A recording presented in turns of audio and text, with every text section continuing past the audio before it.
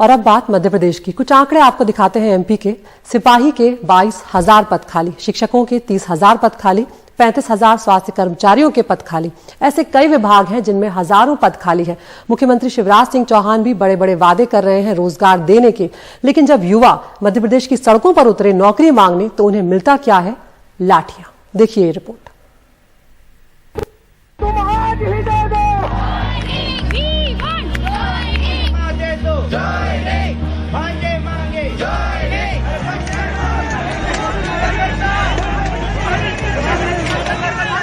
मध्य प्रदेश के अलग अलग हिस्सों से बेरोजगार युवा आए तो सरकारी नौकरी मांगने थे, लेकिन मिली सरकारी लाठियां।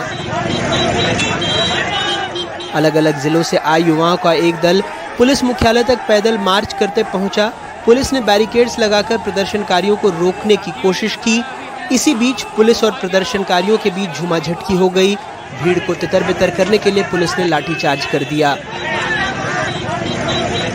आज भोपाल में शांतिपूर्ण तरीके से बेरोजगार यहाँ पर अपना प्रदर्शन कर रहे थे, रोजगार की मांग कर रहे थे, लेकिन शांतिपूर्ण प्रदर्शन करने वाले बेरोजगार भाइयों के लिए सीएम शिवराज सिंह मामा ने मिलिट्री लगा दी और पुलिस के द्वारा इस प्रकार से बर्बरतापूर्ण व्यवहार किया गया कि किसी ने उसका सोचा नहीं था। सर, एक रोजगार मांगना बच्चे के हक के लिए आज गुनाह हो गया है। मैं बोल नहीं सकता हूँ ज़्यादा, लेकिन सब वक्तों में ये कहूँगा कि हम बहुत ही तकलीफ में हैं दोस्तों, आप सबका साथ चाहिए। इन्होंने लाठी मारा यहाँ पे और आपको भी लाठी मारी इन लोगों ने, और अभी मैं बोलने की स्थिति में नहीं हूँ, मुझे चक्कर जैसा आ रहा है। मेडिकल सुविधाएं दिया जाए, पानी तो दिया जाए। हम पिछले 1-1.5 घंटे से यहाँ बैठे हुए हैं और हमारे कई सारे साथियों को, यहाँ महिला साथियों को जेल में भेज दिया गया। हमारे लोगों को भी पता नहीं चल रहा है ये कितना असंवेदनशील सरकार है। पिछले 4 साल से भर्ती नहीं आई है, पुलिस भर्ती, शिक्षक भर्ती, नर्सिंग भर्ती नहीं आई है। भोपाल में ही लगभग 3 सालों से चयनित होने के बाद भी नियुक्ति की राह देख रहे चयनित शिक्षक मुख्यमंत्री शिवराज सिंह चौहान को राखी बांधने पहुंचे।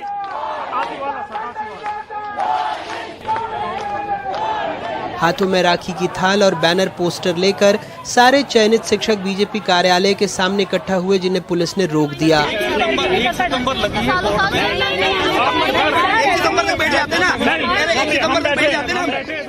7 सालों के लंबे इंतजार के बाद 2018 में शिक्षकों की भर्ती प्रक्रिया शुरू हुई। 2019 में चयन हो गया, लेकिन नियुक्ति होती उससे पहले कमलनाथ सरकार गिर गई और इन शिक्षकों का भविष्य अधर में लटक गया।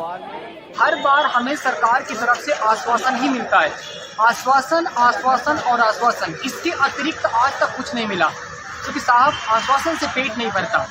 वो लोग जिन्होंने सरकार गिराते वक्त ये कहा था कि हम अतिथि शिक्षक, अतिथि विद्वान और चयनित शिक्षकों के साथ न्याय करेंगे, वो आज जन आशीर्वाद दे रहे हैं, पर ये लोग गुहार लगा रहे हैं हजारों की तादाद में। शिवराज जी, हम आशा करते हैं कि इनकी आप मांग मानोगे। बेरोजगारी का आलम तब है जब राज्य में हजारों सरकारी पद खाली हैं। पुलिस विभाग में आरक्षक के 22,000 पद, पुलिस उप निरीक्षक के 2,000, एमपीटीईटी में 30,000, वन रक्षक के 14,024, वन क्षेत्रपाल के 796, आबकारी आरक्षक 1,021, आबकारी उप निरीक्षक 350, पटवारी 5,000, स्वास्थ्य विभाग में 35,000, शिक्षा विभाग में लगभग 90,000, चिकित्सा अधिकारी 5,097, नर्सिंग स्टाफ 35,737। मुख्यमंत्री स्वतंत्रता दिवस पर कहते हैं कि वो रोजगार के लिए करोड़ों खर्च कर रहे हैं, संकल्प ले रहे हैं कि हर महीने 1 लाख रोजगार दिए जाएंगे। हमारे अनुसूचित जाति के भी सुरक्षा की, सम्मान की, रोजगार की, शिक्षा की भरपूर चिंता की जाएगी। 17,900 करोड़ के आसपास इसके लिए हमने राशि का प्रावधान इस बजट में किया है। लेकिन तस्वीरें बदहाली की हैं, मजबूरी की हैं।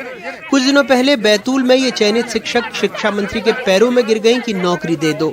मंत्री जी कांग्रेस और ओबीसी आरक्षण की आड़ में खड़े हो गए। चलिए उनको जरा कमलनाथ और दिग्विजय सिंह से पूछना पड़ेगा। शिवराज सिंह चौहान जी की सरकार बनी है, तब से हमने उसको वेरिफिकेशन का काम प्रारंभ करके उसको अंतिम पड़ाव पर पहुंचा दिया है। पर क्योंकि हमारी सरकार 27% आरक्षण देना चाहती है पिछड़े वर्ग को, उसमें कोर्ट की स्टे है।